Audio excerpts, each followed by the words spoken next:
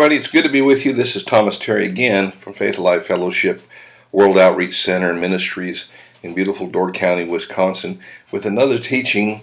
We're going to talk, this will be our third session here. We're talking about finding your place in the body of Christ, your act, your function.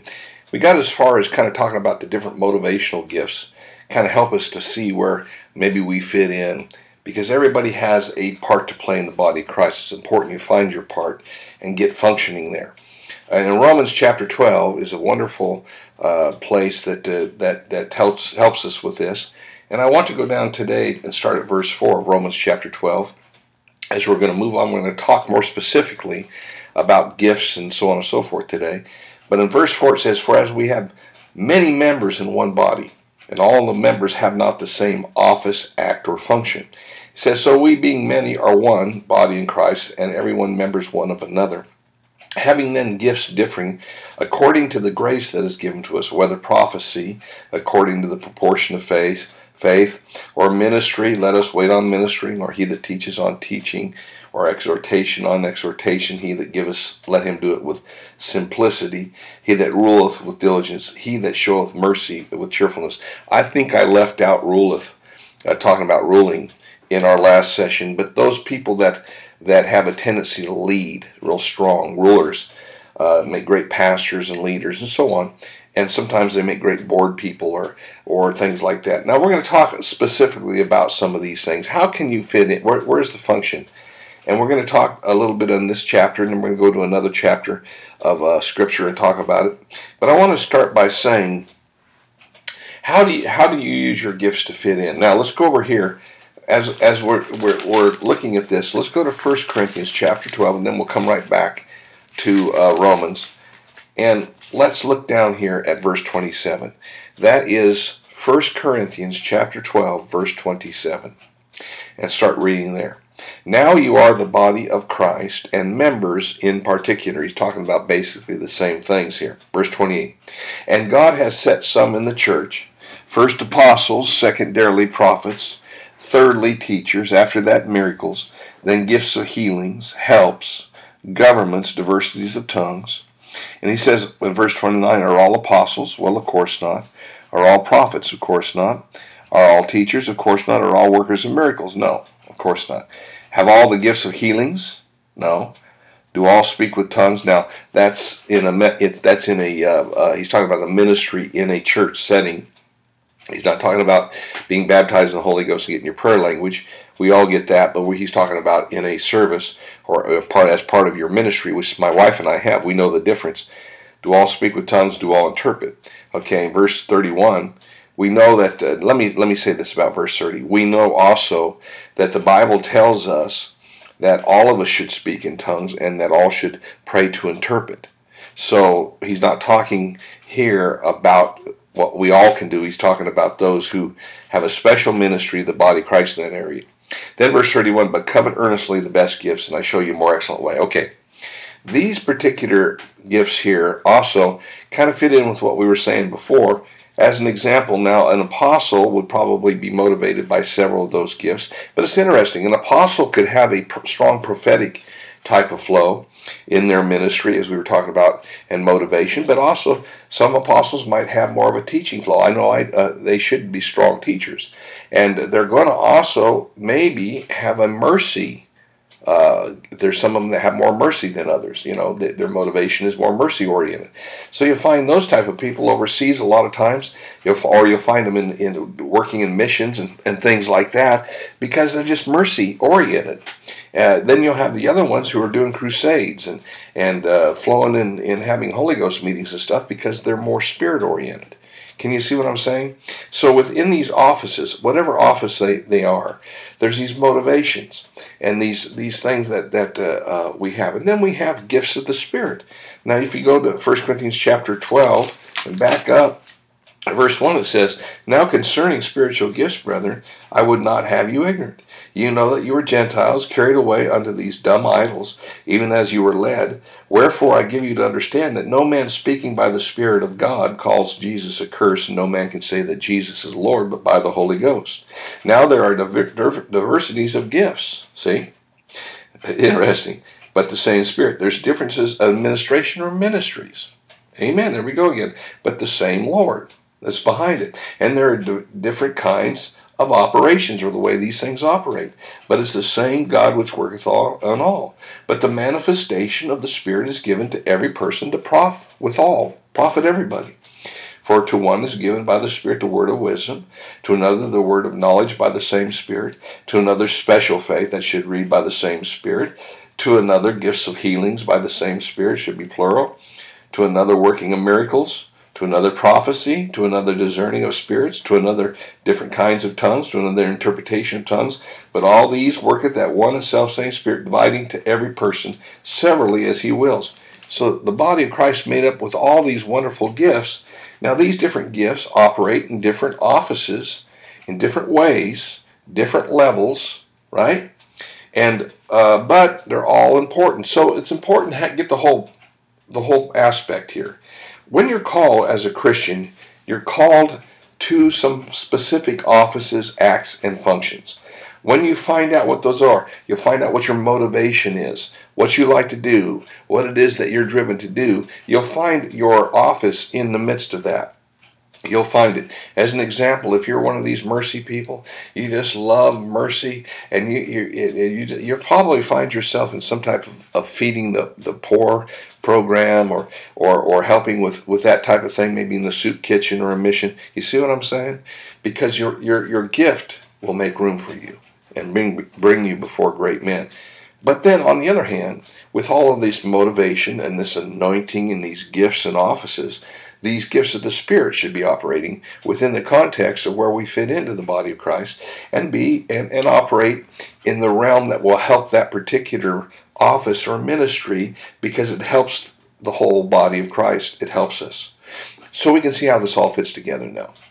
You have apostles, prophets, evangelists, pastors, and teachers that are given to help perfect the church, mature the church, equip the church, because the church, or the body of Christ, has a ministry too, which is the building up of the body of Christ, the edification of the body of Christ. And that comes a lot of different ways. First of all, the body is built up by us people being saved. So our ministry to the world, and the way we minister to the world, and finding out how we best fit in doing that, is very important. Because the more people that are won to Christ, of course, the more the body is going to be built up naturally, with more people who have these gifts and talents, and God can redo the whole thing again, which is very important. So it's important to find out where we dwell. What is it that operates in your life? What do you enjoy? I mean, what is it about where do these gifts of the Spirit fit in? We talk about all this stuff as we go.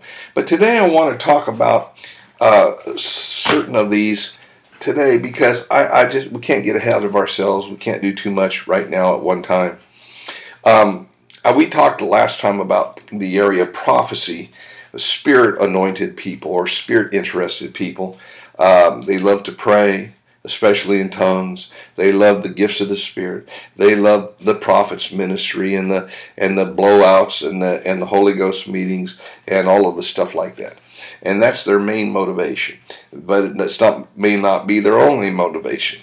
But then we got the ministry, or the serving people, who fall into the category of helps, which is a very large area. Helps is just a practical thing. I mean, we'll talk about that in a second. Well, actually, let's talk about it now. Let's talk about helps. Let's talk about serving and helps. All people in the body of Christ should learn to be servants. Jesus told us that if we learn how to be a servant, we'll exhort the most influence. That's true. But, helps ministry, sometimes serving ministry, that goes over into prophetic ministry. And let me just give it to you this way. There's a part of the church, the body of Christ, that is Spirit-oriented. Okay? If you think about it, you have, let's just say, a worship leader, a worship team, and musicians, and who lead us in worship. That's helps ministry. Okay? Those are helps ministry. But they may be very much attached to prophecy or Spirit-oriented things, because that's what that is. It's a spiritual function. But then you can have ushers, you see, who are there to serve, receive offerings, catchers in prayer lines, all that kind of stuff.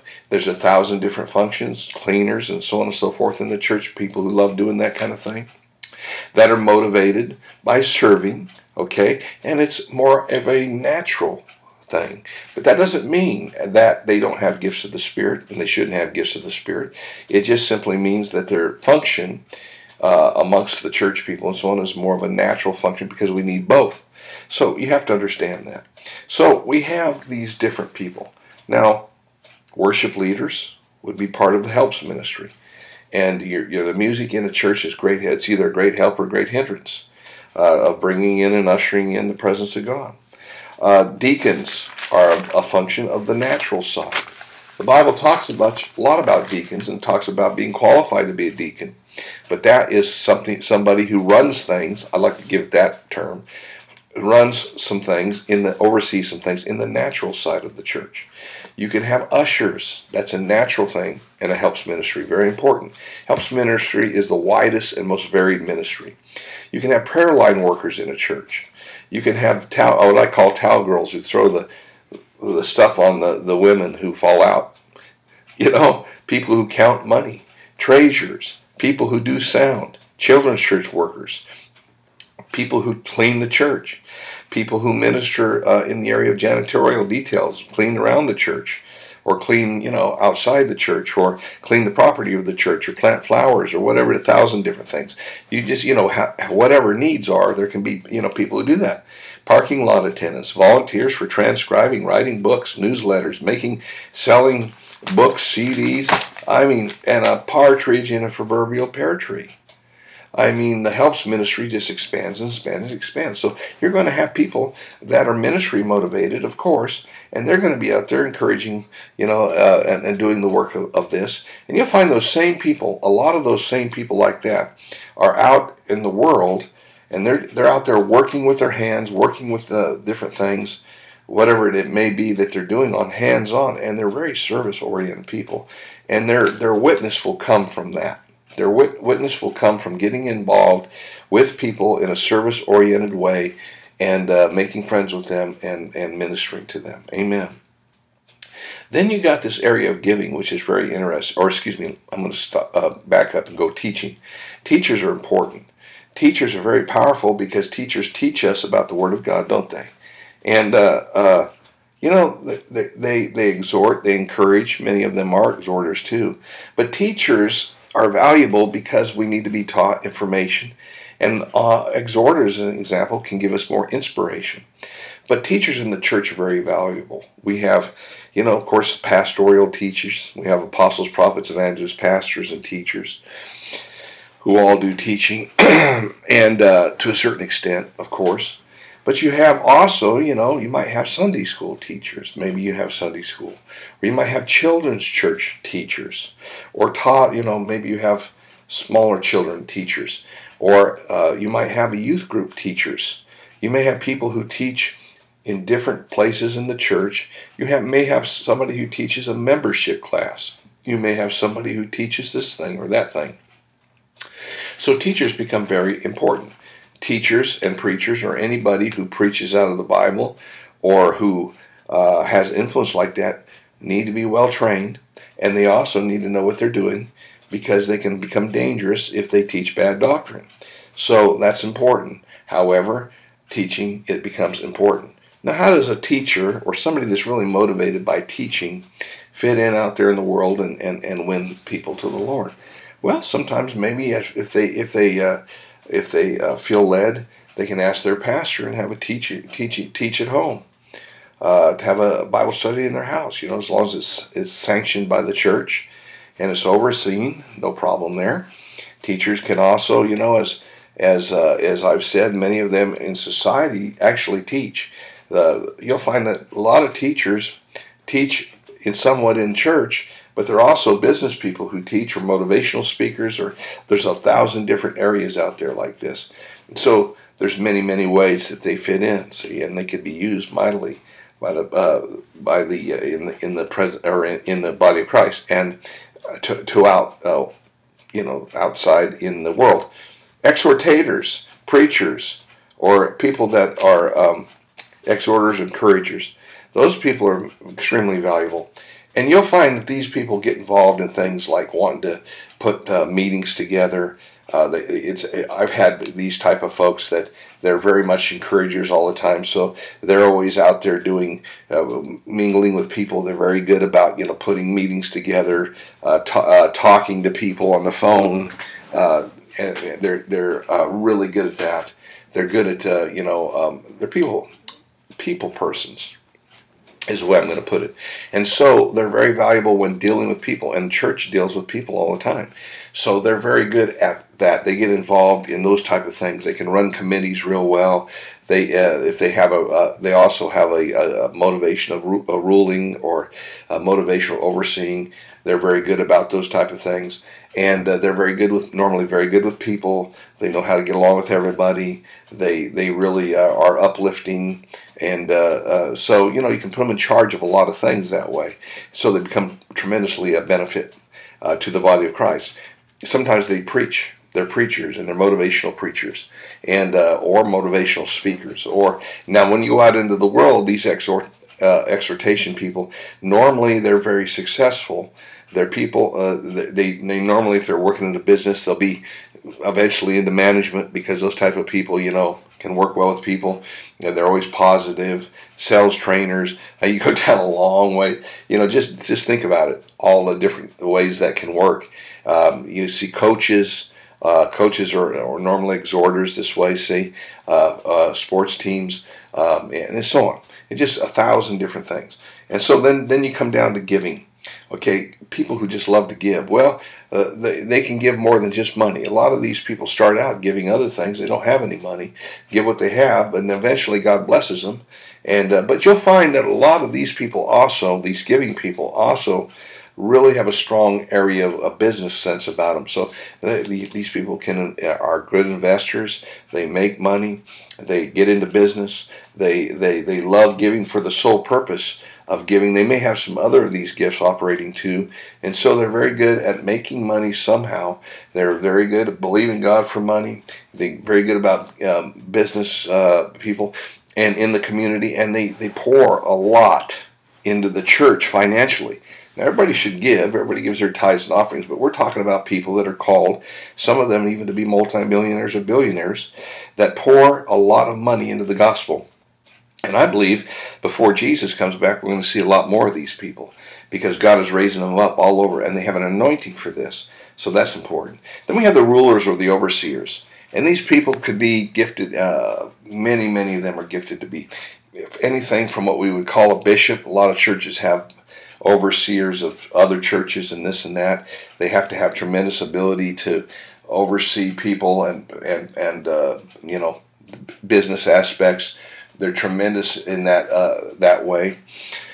They really are excellent at if you give them a group of people or a let's say in a church situation, it would have to be a pastor, of course, but you could have other people that work on the board. You have people that work on committees that you have, or whatever it may be, that oversee these things and make sure they get done. These people are great out in the secular world as, of course, supervisors, people who run things, CEOs of companies. You could just go down a big long list. These people are very good at that. Normally are excellent at what I call, let me give it to you this way. These people are the people that are best at leading, leading things, and great leaders. And so those are tremendously important people, both in the church and then, I guess, in secular society too, as you could see. And then we have the mercy people. These are people who are simple people. Many of them work in hospitals. They visit shut-ins. They take care of elderly people. They work in missions. They love soup kitchen type of things. They love to help the poor, the needy, those that are hurting. Many of them work for things like the Red Cross, and they work in church things where they're needed. They make good counselors, a lot of these people, and so on.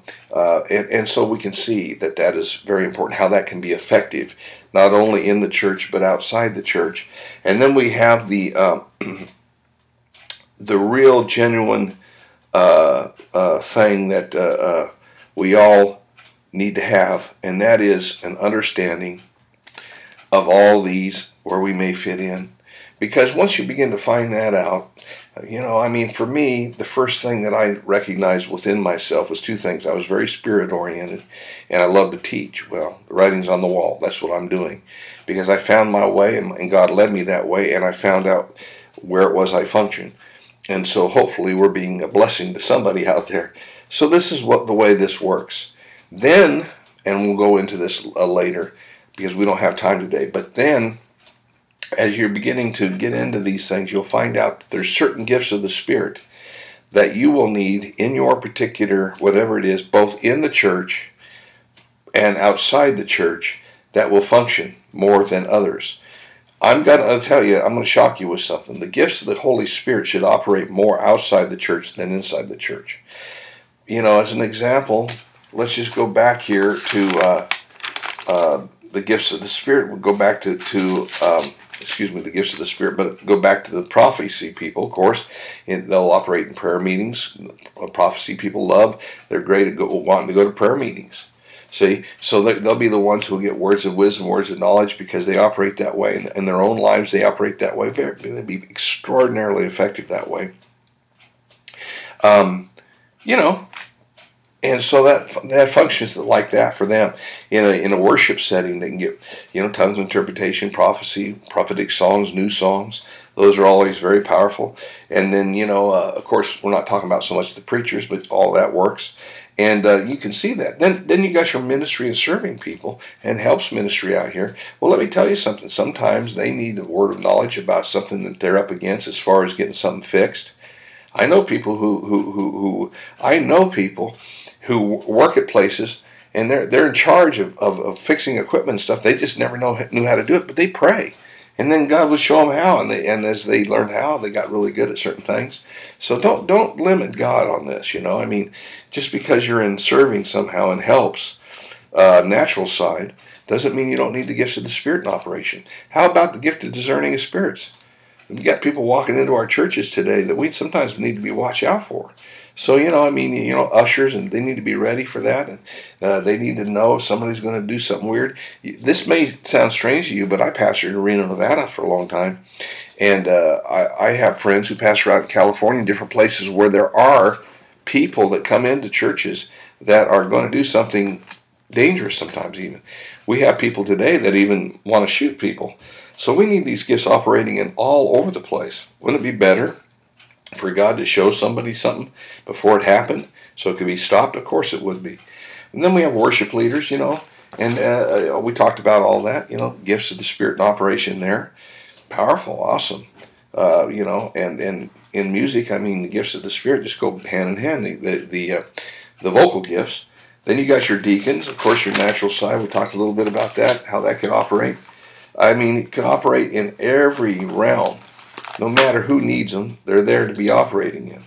So we want you to think about these things. Every one of those gifts, those places that you fit in, also have gifts of the Spirit that will begin to operate on a sometimes more basis than others. And we need them. And so that will help us. So until next time, this is Pastor Tom. Hey, by the way, feed your faith and starve your doubts to death. And go to our website, Faith Alive Fellowship, where you can find free seminars. Hop over to our YouTube pages. And you can also get involved with us in ministry if you'd like to. You'll have where we're going to be doing our meetings and what's coming up, crusades or whatever we're doing. So that's faithalivefellowship.org. Remember this, if you have prayer requests, please send them in. Or email us. We'll be happy to pray over those. Until next time, remember, feed your faith, starve your doubts to death. God bless you.